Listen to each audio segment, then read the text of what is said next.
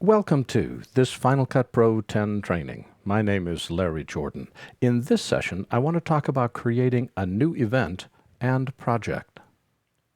The goal of this session is to show you how to add Final Cut Pro 10's icon to the dock. Then we'll start Final Cut Pro 10 and create a new events folder. I'll show you how to do this both on the boot drive and on a second drive. We'll then import some tapeless media, and during this I'll explain key import preference settings. And finally, we'll create a new project in preparation for editing. To add the Final Cut Pro icon to the dock, go into your Applications folder. The keyboard shortcut is Shift-Command-A, and open up the Final Cut folder. Grab the icon for Final Cut Pro and drag it over to the dock. The dock will open up and make room for it. And now you can either start the application by double-clicking it from the Applications folder, or, what's a lot easier, to click on it in the dock. This is the interface for Final Cut Pro 10. It's a single window interface that consists of three sections: the viewer, which is where we see our pictures; the event library and event browser, which is where we view media; and the project library and project timeline, where we edit media. And we'll be spending a lot of time talking about all of this. For right now, though, let's get ourselves started with just importing some media and getting ready to edit. Although you can start by first creating a project, it's often easier to start by importing your media by creating an event first. Now, an event is simply a collection of media files which are stored inside your computer. And we can import events from iMovie, or we can import files, or we can import from a camera. We can import from a file which brings in a file that's stored on our hard disk that doesn't need to be converted from some other form. An example would be a PNG or a TIFF image or a QuickTime movie. Importing from a camera, though, implies that we need to modify the media before Final Cut can bring it in. For instance, we can import from a camera that's attached to our computer. We can import from the iSight camera built into our computer. Or we can import from a folder of files copied from a solid-state card or a hard disk which is plugged into our computer. Notice that by default, the new event folder is stored on your boot drive. In this case, it's my Macintosh HD. However, I recommend that you put all of your event folders on a second drive. To create a new event on a second drive, click the drive you want to store the event on, go up to the File menu and say New Event. Although you can rename an event at any time, my recommendation is to name an event when you first create it. That way, you know what the event is all about. So we're going to call this the GNOME Project and press the Enter key to make the name stick.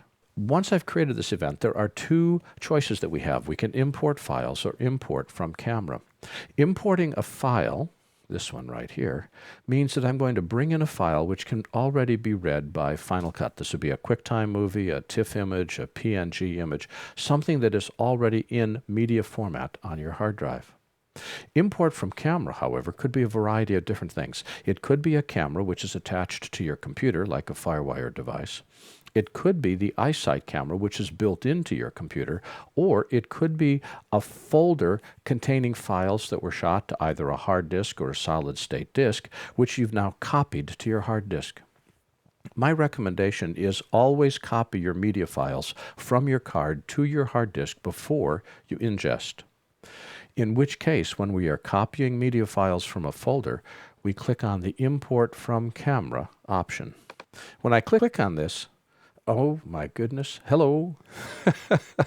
This is the iSight camera. That's the default setting when you click on From Camera, because that's the camera that is most obviously attached to your computer. Well, in this case, I don't want to copy from a camera attached to my computer, nor do I want to copy from the iSight camera. I want to copy from an archive which is stored in a folder on my hard drive.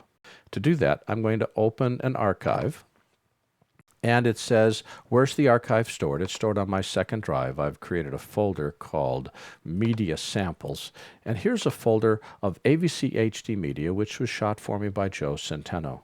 I just select the containing folder and click Open. Notice now in the top left corner, two archives show up, the built-in iSight and Joe's collection. Well, I'll spare you the pain of looking at me, and I'll switch over to AVC HD. And these are the images that Joe shot. Notice that there's lots of them. We've got 22 clips in all to choose from. Now, they are not yet imported. All we're doing is we're looking at the contents of the folder. Now we get to decide what we do want to import. Well, all I'm doing is I'm using the skimmer to drag across the surface of the image. I'm not holding the mouse button down, I'm just simply dragging the mouse back and forth. In this case, I want to select by click, hold, and dragging. I want to select this range of that shot. An interesting thing about selection, if I drag a selection here and I hold the Command key down, I can select multiple additional clips. But if I want to select a portion from multiple clips, I need to select the portion of the first clip and then click Import Selected before selecting the second range, because even if you hold the Command key down, it will only allow one range to be selected across multiple clips at a time. Well, in my particular case, I just want to select the beginning of this clip, so I'm going to click, hold, and drag across there. Hold the Command key down to select the flowers. Hold the Command key down to select clip 7. And we'll hold the Command key down to set the tricycle here. I've now selected the clips that I want to bring in, and only those selected will be imported. When I click Import Selected, it then opens up a dialog that says, how do you want to bring these in? Do you want to add them to an existing project, or do you want to create a new event? Well, in this case, I want these images to be the video for my GNOME project, so I'm going to add them to an existing event. You could create a new event, and this would allow you to specify what drive you want these stored to. We'll talk more about that when we talk about ingesting a little later in this training. I can bring these files in as native AVC HD files, and Final Cut will edit them. But Final Cut will do a better job of editing if I optimize them. What this does is this transcodes the media from AVC HD into Apple ProRes 422. The file sizes are bigger, but the color quality and image quality is greater. Also, the performance of Final Cut is better. So if you want something simple, then don't check Create Optimized Media. But if you're looking for image quality and faster performance from your system, Optimized Media is a better choice. For some of us that are dealing with really high-end formats, we want to work with a Proxy Media. What this does is it creates a Apple ProRes 422 proxy file, which is a very small file which would allow us to do a rough cut, and then we would do an online later to higher quality. Classic example would be working with red footage. Most of the time, for most formats, you're either not going to select either of these or select Optimized Media. You would only turn on stabilization and rolling shutter if you're working with HDSLR footage. You'd turn on stabilization if everything is handheld, but if you've got it on a tripod and it's not HDSLR, you don't need to turn this on. Analyze for balanced color. You'll turn this on if your colors are off, everything is blue or everything is orange. If you want Final Cut to do people detection so it can start to recognize the people in the shot and group them together by metadata to make it easier to find Uncle Fred or Aunt Mary, then turn this on and you can consolidate your results and create smart collections. We'll talk about all of this in the metadata section a little later in this training. After working with this program for many weeks as I've put this training together, I've changed my opinion. My recommendation now is to optimize all media, turn on all video analysis, and turn on all audio analysis. And the reason is you can always turn the results of the analysis off later if you decide not to use it. So these are my default settings. Once you've got everything selected the way that you want, you click Import.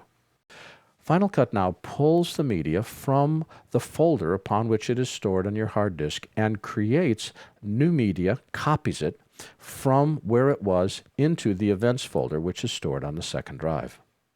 If for some reason you wanted to stop the import, click Stop Import. You can see what you imported because of this orange line down here. The orange line indicates I imported a little bit more than a half of this clip, but all of this clip. And the circles indicate what the background process, see that itty bitty little circle right there? Indicates what the background process is working on. Once we're done selecting clips, click Close. Now up here, the GNOME project is working on bringing in all this media. you can see the status right here. This is the background task window. It says it's 70% complete. If you click on it, it opens up the background task window. It's currently transcoding and analyzing these clips. It shows you what clip it's working on, what percentage it's in, etc., etc. Whenever you want to see what's going on, this is like a dashboard you can open to say, oh, look at that. It's busy doing transcoding or busy doing exporting. Very cool. There's a button down here. Actually, there's two. This allows us to determine how much of the clip we want to see. Do I want to see keyframes based every minute, keyframes every 30 seconds, keyframes every 5 seconds? I can zoom into my clips by simply grabbing the slider and dragging it back and forth. This switch allows me to adjust how high the clips are. Do I want to make them smaller or taller? As well as do I want to see audio waveforms. Notice that the bottom 25% of each shot is reserved for seeing the waveform. In this case, the waveform is simply indicating the sounds of wind through the trees and birds chirping. While it's nice, I don't need to see it, so I can turn the waveforms off. The waveforms are not deleted.